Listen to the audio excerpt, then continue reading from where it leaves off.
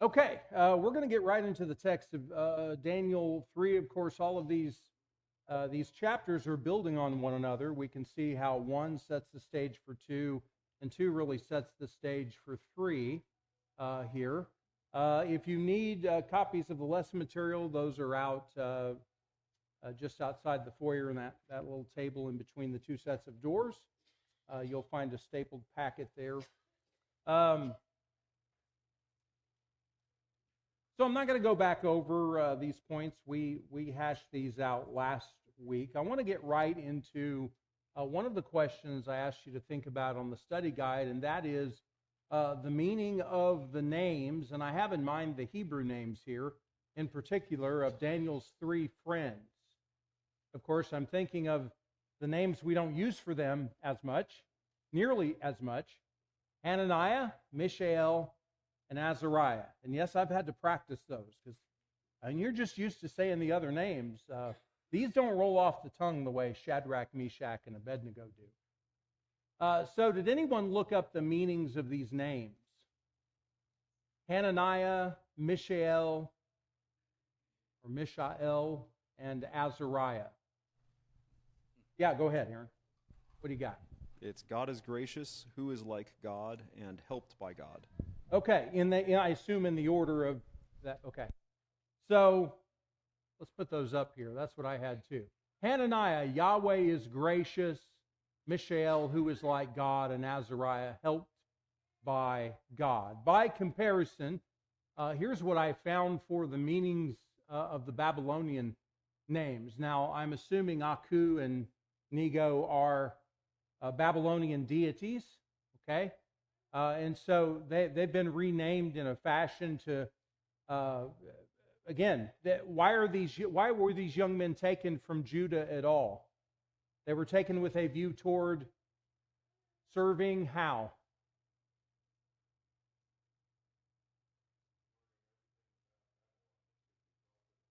Okay, learning everything about Babylon, being educated in the literature, the language of the Chaldeans, for what purpose? So that they could serve in the king's court. Okay? They are servants of Nebuchadnezzar, and thus they are now seen as servants of these gods. I find the names of the Hebrew names interesting. If you look at those 3 names and kind of think of them together in view of, I'm going to assume a certain level of familiarity with this story.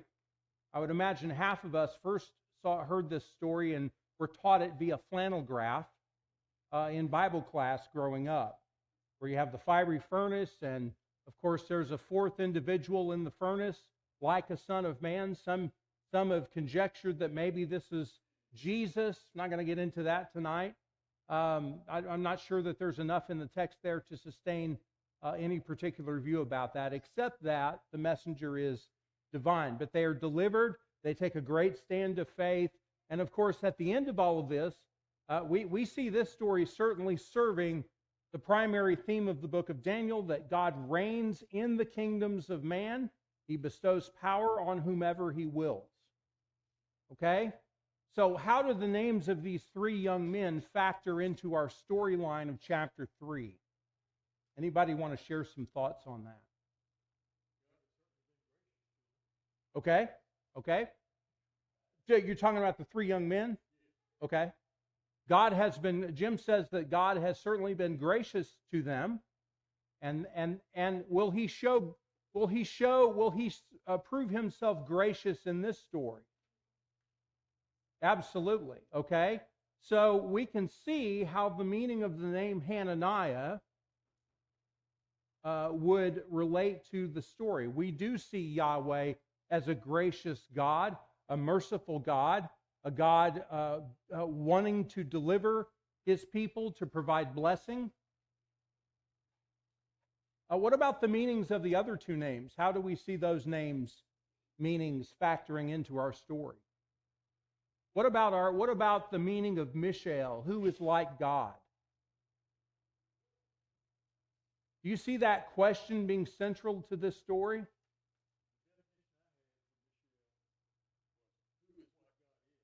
Who is what God is, okay? I am. Yeah.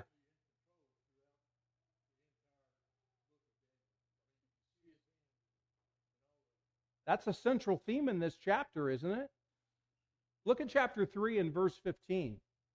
We'll come back to this later, but in chapter 3 and verse 15, at the end of verse 15, Nebuchadnezzar asks these men a question. Of course, everything's on the line, and he has made plain his intentions to completely destroy them by fire.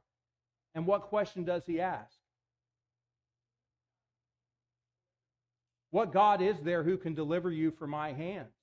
Well, guess what? He's about to get an answer to that, isn't he? That is the central question of this chapter, I would argue. And the meaning of the name Mishael answers that via question. Well, Nebuchadnezzar is going to go on to say, there is no God who can deliver like this. That's exactly right. That's exactly right. Blessed be, at the end of chapter 3, to Steve's point, verse 28, blessed be the God of Shadrach, Meshach, and Abednego, who has sent his angel and delivered his servants who put their trust in him, violating the king's command.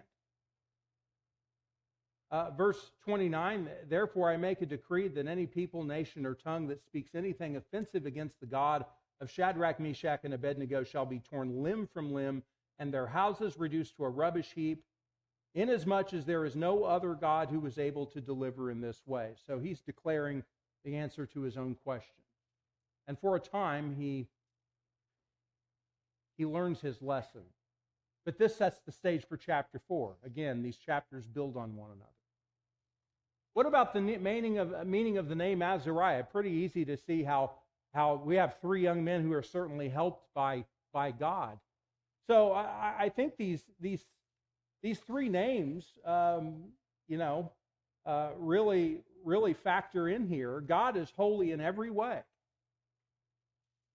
including in his capacity for grace and mercy. In Isaiah 55, we sometimes will quote that expression, for my thoughts are not your thoughts. If you look in context, God has just declared his willingness and ability to forgive right before he says that.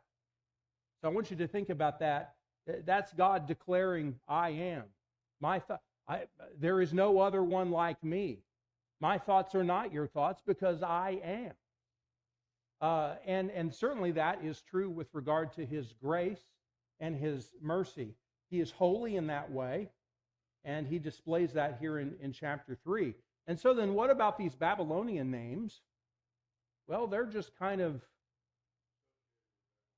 they're associated with Babylonian gods. Now Nebuchadnezzar likely has thought, well, he's asked that question of 3:15.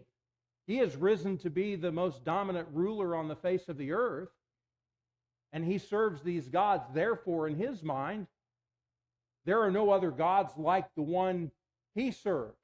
And so therefore, no other gods other than them would be able to deliver. And he's about to learn otherwise. But so, I see even these Babylonian names in a sense of just kind of being emptied of their meaning. This is really God versus the one true God versus these Babylonian gods. And now, in fact, we forever remember Shadrach, Meshach, and Abednego as servants of the one true God, not of whoever these other deities were. Aaron?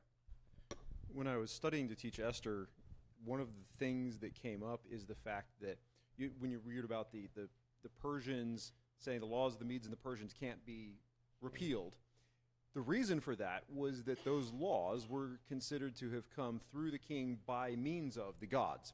So for the laws to be violated in that way or repealed would have implied that the gods were somehow incorrect. And they didn't believe that their gods could be incorrect. So Nebuchadnezzar, in having them thrown into the furnace and doing these other things, is essentially testing his gods against God. And that is very much a central part of the message here when he brings them back out and says, there is no other God that can deliver like this. He is effectively not only declaring himself subordinate to God, but also the Babylonian gods. Exactly right. Exactly right. Exactly right. So what plays out on a plain in Dura is really a larger battle in the unseen realm, a spiritual battle where God emerges victorious. Other thoughts? Okay, I'm going to have Jax read for us here. If we can get, where's Jax? Where you at? Need to get a microphone over to him, and I want to have him read. Well, let's just go ahead and read 1 through 7, Jax, if you would. So Daniel chapter 3, verses 1 through 7. King Nebuchadnezzar made an image of gold whose height was 60 cubits and its breadth 6 cubits. He set it up on the plain of Dura in the province of Babylon. Then King Nebuchadnezzar sent together the satraps, the prefects, and the governors, the counselors, the treasurers, the justices, the magistrates, and all the officials of the provinces to come to the dedication of the image that King Nebuchadnezzar had set up. Then the satraps, the prefects, and the governors, the counselors, the treasurers, the justices, the magistrates, and all the officials of the provinces gathered for the dedication of the image that King Nebuchadnezzar had set up. And they stood before the image that Nebuchadnezzar had set up. And the herald proclaimed aloud, "You are commanded, O peoples, nations, and languages, that when you hear the sound of the horn, pipe, lyre, trigon, harp, bagpipe, and every kind of music, you are to fall down and worship the golden image that King Nebuchadnezzar has set up. And whoever does not fall down and worship shall immediately be cast into a burning fiery furnace." Therefore, as soon as all the people heard the sound of the horn, pipe, lyre, trigon, harp, bagpipe, and every kind of music, all the peoples, nations, and languages fell down and worshiped the golden image that King Nebuchadnezzar had set up. Okay, thank you, Jax. I want to give you guys a question to chew on, to comment on here. Again, we've got a couple of mics, if you'll raise your hand. I want you to think, as we set the scene here, what Nebuchadnezzar was seeking to accomplish with this image of gold and everything here that is this entire scene. Everything that if we were there, we would have seen, heard, so forth. What does Nebuchadnezzar comment on what Nebuchadnezzar is trying to accomplish with this?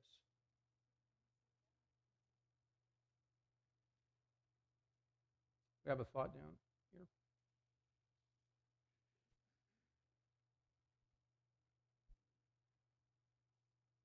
Well, I thought a couple of things, so they're probably far off the mark, but you got a grand presentation or celebration to honor this God, and it starts to use words like dominion in the words and the things that the music. I think the other thing is the parallel that we'll soon be into in eschatological words that are used in the later chapters of Daniel. And so there's comparisons with Revelations where they're singing to honor the Creator in the 4th chapter of Revelation, and then praise to the God of all and His dominion. They use the word dominion. Yeah. So, I mean, I think he was picturing something that came from his mind, but it might, clearly what we see in Revelation in the 4th and 5th chapters is this celebration of the Lamb that was slain is worthy to open the scroll. And so it was an honor and worship and music because of all the singing, holy, holy, holy. Yeah. Is the Creator, and worthy is God to receive power and dominion forever.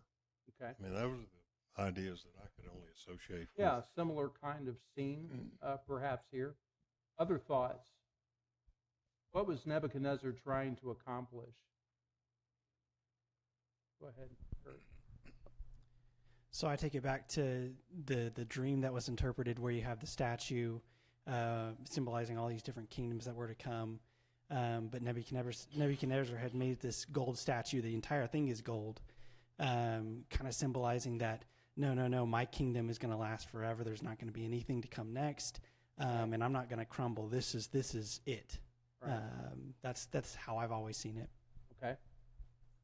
We had some comments last week to that effect too. That essentially, I mean, we can see this image kind of. Maybe this isn't the way to say it, but in a sense, Nebuchadnezzar kind of thumbing his nose at the idea of another king coming after him. Gold is now the entire statue, so it's really gone to his head. Aaron? A couple of things to consider is first the location. It was set up in a plain, so there is no shade. That thing would have been blinding. Gold doesn't tarnish. In the sun. Yeah. It was also huge. Yeah. It's a massive statement of wealth and power. He built a 90-foot tall, 9-foot wide statue out of gold. Yeah. Or at least gold covered. Or at least gold covered. Right. And it's an incredible statement of wealth. Yeah. And that he is using this for the sole purpose of just building this idol. Yeah, so let's just stick with that thought. So rapid fire, what does so if we're assuming a certain conversion factor here, obviously with the cubit, but 90 feet high, 9 feet wide, and it's golden in appearance. At least the outer part of it, at least, is covered with gold. Give me some adjectives that screams. I heard power.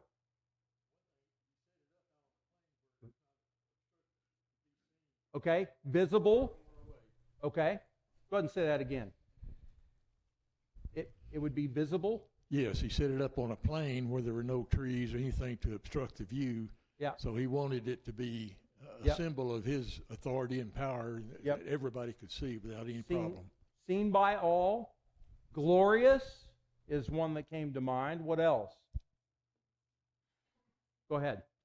To me, this is the ancient version of like a super, super lifted pickup truck that's just like, Let's say look that at me, again. a super, super lifted pickup truck, you know, that's raised way off the ground that says, look at me, I'm so special, I'm so awesome. But you see that guy and you're like, he's compensating, or like there's some big ego issues. It's, well, I mean, in all seriousness, every aspect of this is an extension of the king. So let's just quickly, well, go ahead, Dick, and then we'll list these off. This won't take long. That's okay. Just for reference, 90 feet is a 7.5 foot, 7.5 story building. Ooh, yeah, 90 feet. Yeah, and did those figures include some sort of pedestal or whatever to make the statue look anyway? When you get into ratios and so forth. But okay, so you have to that point, Drew. You've got you've got the statue itself, right? What else do you have? In fact, I have these on the slide. That's what I'm missing. So you have this statue of glory and magnificence, as a couple have mentioned, set up in the plain of Dura. And that might have even been within the city, depending upon where Dura actually was. Then you have all of the rulers from the province assembled. So what would have been the purpose of that? I mean, Nebuchadnezzar's trying to do what? Strengthen his control. Strengthen his rule with a view toward, again, the entire statue is gold. I do think there's clear indication he intends for his rule to endure, much as gold endures. And I mean, he could say, hey, the God of Daniel told me I am the head of gold. And so he's running with that idea, but beyond what he should. You have all of these rulers assembled. So there's going to be universal submission. Then there's the language of the command. It is global language.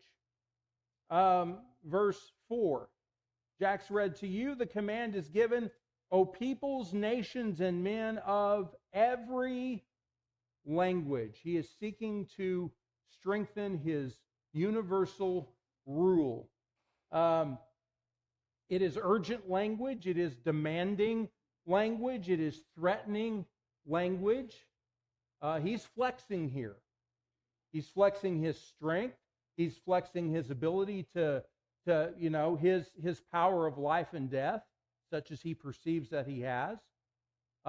He's flexing to the nth degree every aspect of his power and strength and glory as a ruler. And then to add to that, I assume in some proximity, and perhaps the furnace was, I don't know, was the furnace used to refine the gold that was used for the statue? And that's just a Bible study thought. But then conveniently is then repurposed as an instrument of judgment for those that refuse to bow down to this image. What would the people be, in essence, expressing by bowing down to the image? Obeisance. Ooh, good word. Obeisance to the command of Nebuchadnezzar. Allegiance to his rule and his rule alone. Of course, he takes that too far. They're being told not to bow down and worship the image, which of course servants of the one true God cannot do. So there, it's this impressive scene here. I ask you this, just kind of just for your own Bible study. It is interesting that he makes use of a number of instruments of music here. How would those have sounded? They're all seemingly played together. You almost get the picture of at least to me, an orchestra or something. So something impressive. And what would that have added to this? What is?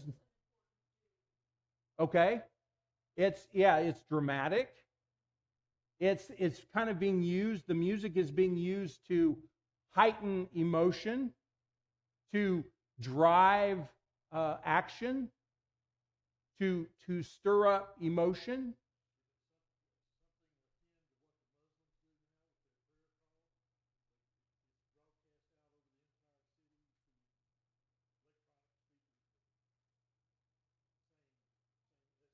Okay. And we have a comment back there too, Bob. Sorry. Music is also a mnemonic tool. You think Say again? It's a mnemonic tool. You remember things when they are put to music. It's a lot easier to remember song lyrics than it is a poem. Right. Even if it's a poem put to song lyrics. Right. So it's part of it is he wants this ingrained in people's minds, and he's using this as he's using the pageantry of it as a way to drive. Good word. Good word. Yeah, it's kind of just inscribing this, marking the moment on their memories. He wants this to be something long remembered, because I mean, if it's not, then the benefit of this is not as lasting. So, in fact, I don't know if he even supposes that what transpires with the three young men. He's thinking perhaps that would even only serve his purposes all the more, to actually flex the fires of punishment. So anyway, it's an impressive scene, but then that brings us to the question that we cited a moment ago, and I would say this is probably the big question of the chapter. As we read earlier, what God is there who can deliver you out of my hands? I'd like for you to think about this thought and comment on it. How does this question, you think, relate to not just the purpose of the book of Daniel, we've commented on that some, but I would welcome your thoughts, further thoughts about that, and or how would this relate to the heart of the gospel of Christ?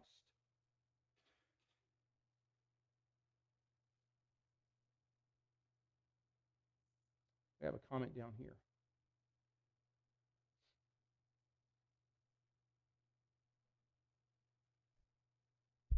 Appreciate you guys.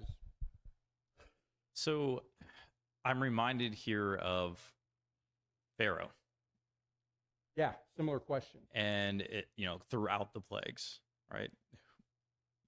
The answer to the question of who is the Lord that I should obey him? Right. It's the same thing. And throughout it, God is answering, I'm going to show you who I am, and I am the God who saves. Yeah. And that's the same thing that's being answered here. Yeah. He is the God who saves. It's the same thing that is the gospel, the essence of the gospel. He is the God who saves. He is the God who saves. And I think this also goes into the first 7 verses, right, which is this tension of the arrogance that's being displayed by Nebuchadnezzar, and the tension of, your gods versus my God, and who's going to come out on top. He shows that by changing their names to really names that are similar to the names that they already had. It's this purposeful tension. Oh, who is what your God is? No, who is what my God is? Right. And so they're very similar. It is almost a transliteration from their Hebrew names into the Babylonian. And then there's also the ESV comments on this section here that in verses 1 through 7, there's a similarity to the Tower of Babel story, right? Which not only in the location, but also as the statue being this unifying center for all men to come and to worship. But what are they worshiping? They're worshiping man, right? Versus God. And so this whole section is about this tension of the arrogance of man and rebellion to God versus God being the one who is in control and who is all powerful and who can save regardless of how great you think you are. This ongoing tension between good and evil, will man serve his own will or submit to the will of God? Appreciate you tying in Babel with that. That's good. Okay, so but I want you to think about, but based on what the comments that have been made, where are the people of God at this time? Well, we know where they're at. Yeah, exactly what year was this and how many groups had been taken into captivity? Not sure about that, but God's people are in the early years of the 70-year captivity. How's this all going to turn out? I mean, they are now squarely under the thumb of power of Nebuchadnezzar, later other rulers, the Medes and the Persians. How long will they stay there?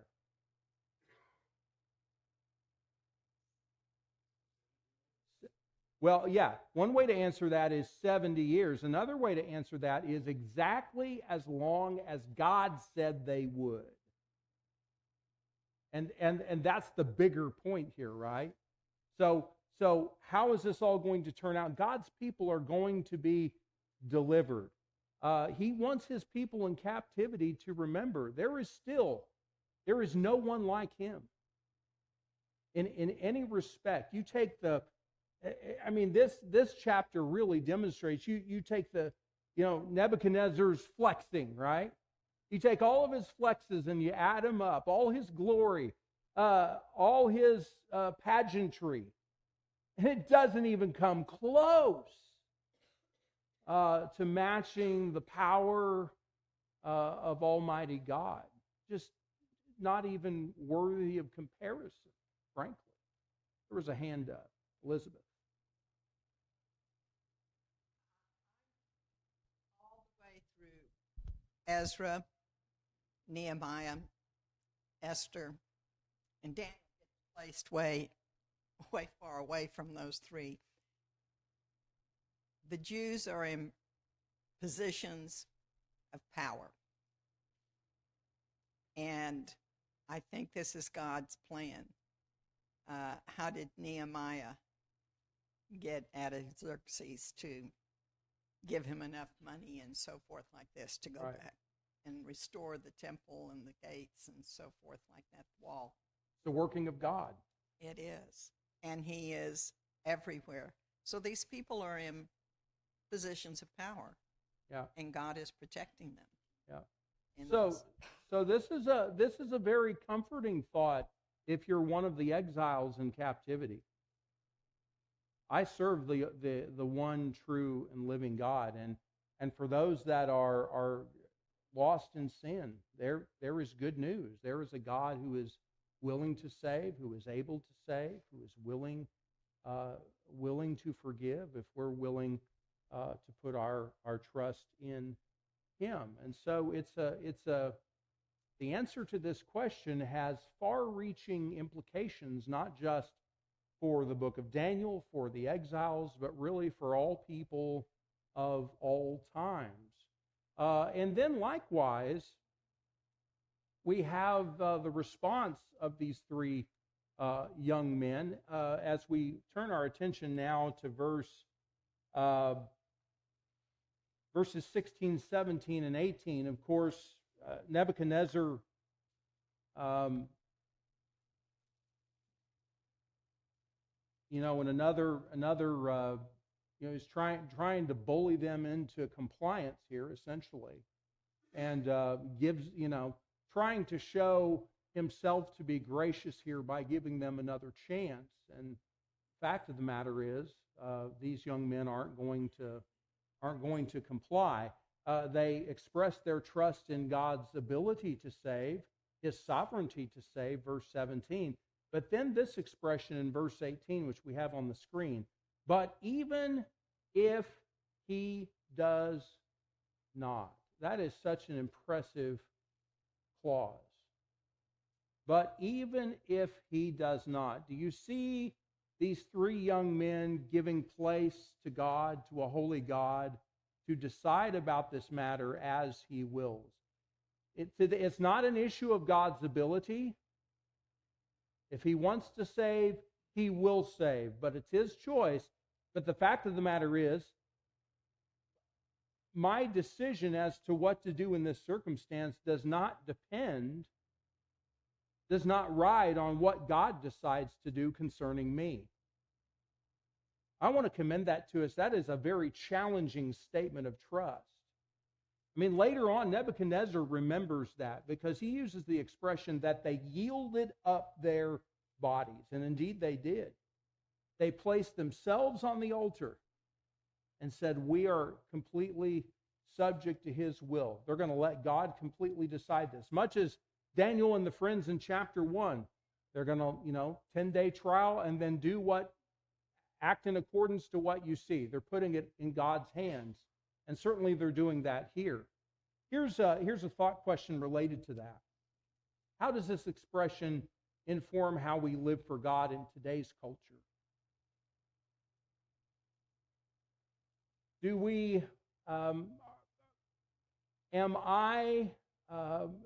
I live by the mantra of, but even if He does not?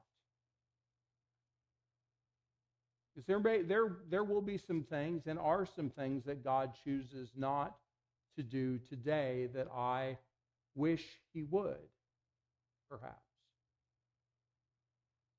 You ever find yourself wanting God to intervene and He chooses to, in His sovereignty, to act differently, either to do or not to do, to allow things to develop? Dick? I'm thinking even if the election doesn't go the way we all want it to go, we will still serve God. That's precisely where I was headed. You're welcome. Thank you. Claire's got a comment too. I think this is a powerful phrase, that even if He does not, because it implies a trust that God is a God who delivers even beyond death. And that attitude that they have, they know that even if He doesn't deliver their physical bodies, they trust Him still. That's right. Easy to express on Sunday morning. This is their moment. Either believe it or you don't. And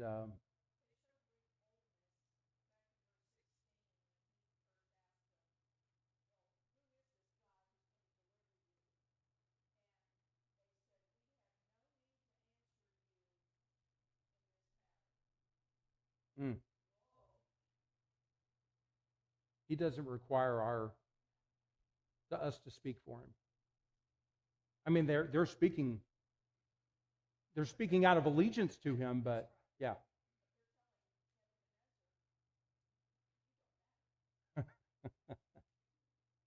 Yeah. It has a dismissive tone to it. Yeah. Yeah. Very few people would, if ever, would get away with that sort of response. An interesting insight. Okay? So it's a challenging thought, isn't it? Are we, if not, even if he does not, believers? And beyond the election, right? Even if he does not, finish that. Even if he does not heal me. Even if he does not, finish that. Well, yes, God's will be done, but give me a circumstance. Even if he does not save us, heal a marriage. Okay, what else? Grant me children. Even if he does not. Even if he does not, even if my relationship with an adult child never does heal. Even if my prodigal never comes home. Boy, that's tough. Steve? well, certainly a case when God did not. When we think about all the Christians that were martyred or put to death by Roman rulers in the first century, in those cases, God chose not to save, but it was not without doing his will, and they did not they did not renounce God. Interesting, the parallels between this and the book of Revelation just continue, don't they? These are timeless lessons. I mean, there are some obvious connections with the first century, but it's the applications. It transcends generations. Okay, so what? See, we got about 5 minutes here. So we think of the end of this story. Look ahead to verse 28. And we read this earlier. I just want to point out some of the language here from this text, that there are multiple expressions here that are just so good.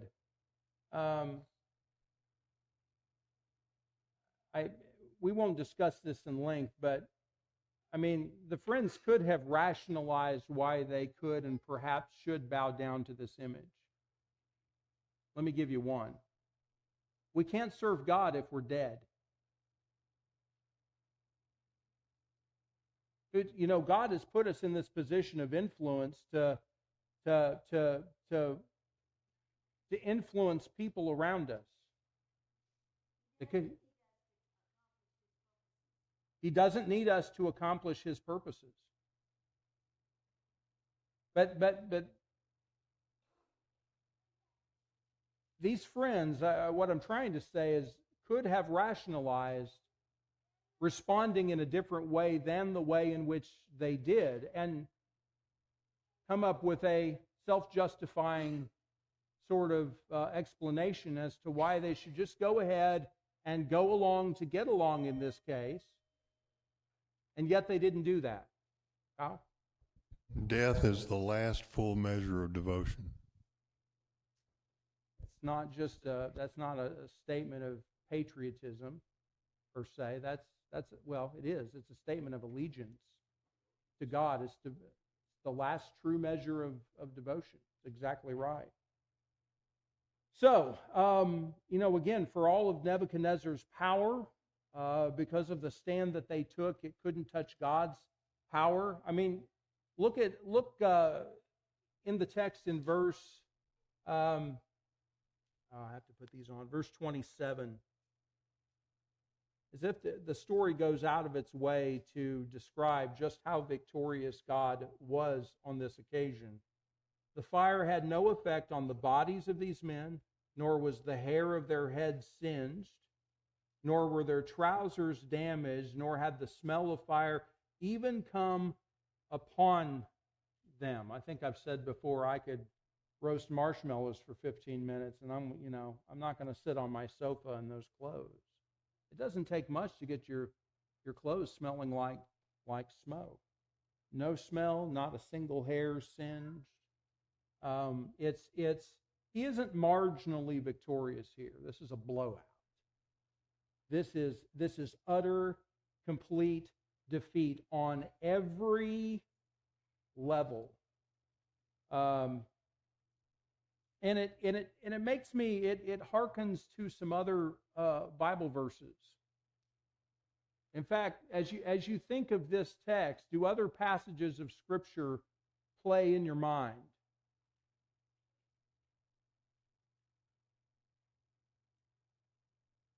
We think of this story and of the fire and this scene.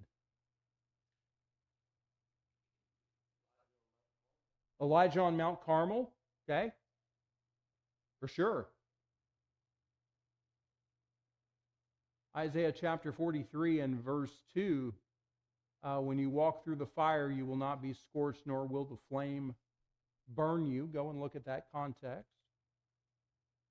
Romans 12 and verse 1, therefore I urge you, brethren, by the mercies of God, to present your bodies. That's exactly what they did. A living sacrifice. They put themselves on the altar. Nebuchadnezzar said it right. They yielded up their bodies. 1 Peter 1 and verse 7, so that the proof of your faith, being more precious than gold, even though tested by fire. Do you think Peter had read Daniel? I think he had. There are a number of statements in 1 Peter that makes me think that. Hebrews chapter 11, of course, who by faith conquered kingdoms, performed acts of righteousness, obtained promises, shut the mouths of lions, of course that's chapter 6, and quenched the power of fire. Other passages that come to mind? Go ahead and read it.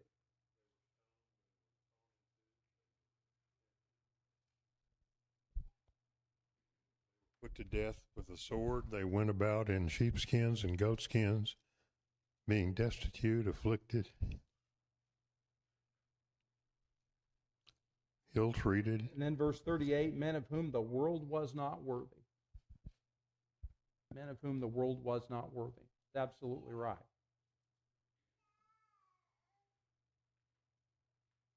It's a very rich story. It's not just for kids' Bible class. I think I've had that post-class discussion with several of you, that there's just so much there for our lives today as we attempt to serve God. Let's be encouraged to be but if